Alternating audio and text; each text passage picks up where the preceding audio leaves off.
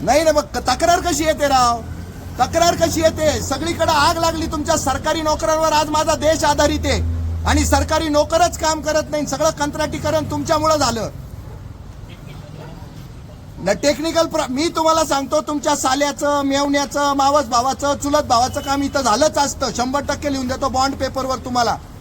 येवला तहसीलमध्ये तहसीलदारापासून सगळ्यांच्या तक्रारी, सगळे कुप्रसिद्ध झालेले तुम्ही. लोक कंठशोष करताय, लोक तडफडून जीव सोडताय तुमच्या त्या सेवा मिळत नाहीत म्हणून. येवला तहसील कुप्रसिद्ध म्हणजे कुप्रसिद्ध, फक्त काम चुकारी आणि भ्रष्टाचार याच्यासाठी प्रसिद्ध आहे. खूप कुप्रसिद्ध आहे तुम्ही लोक. आणि आमच्या डोक्यावर ताण झालेला आहे. तुम्ही नुसतेच पगार वाटायचे, आम्ही टॅक्स भरायचे. आमचे ना धंदे ठिकाणावर राहिले ना नोकऱ्या ठिकाणावर राहिल्या. सगळे बेरोजगार झाले. तुम्ही रोजगारवाले सगळे बाप बनून बसले आमच्यावर, मालक होऊन बसले तुम्ही आमचे सगळे. ते पोरग तळतळ तळतळ करताय. लोकांना रेशनचं खायची वेळ आली म्हणून तुमच्याकडे लोक येऊन राहिले. आर्थिक परिस्थिती सगळी ढासळली, नाही तर लोक तुमच्याकडे थुकत पण नव्हते. सगळं बाहेरचं गहू खात होते.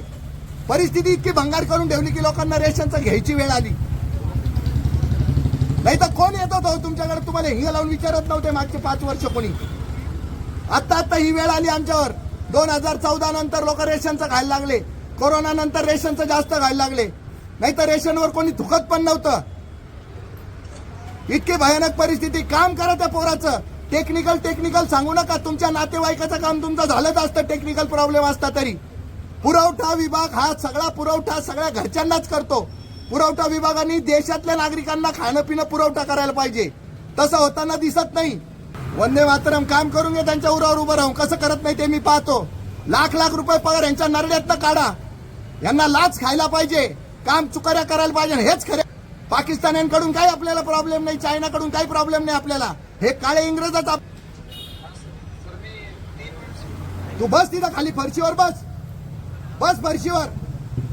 आणि बाकीच्याही लोकांना घे बोलून तिथं आणि लाईव्ह करून टाकते. तर त्याचं काम करू नका देऊ त्यांना. या सरकारी नोकरांना लाख रुपये पगार द्या. ठीक आहे, काय हरकत नाही. बस तिथं तू खाली फरशीवर बस.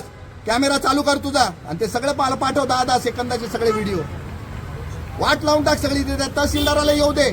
तोही लय लाडका झालाय सगळ्यांचा.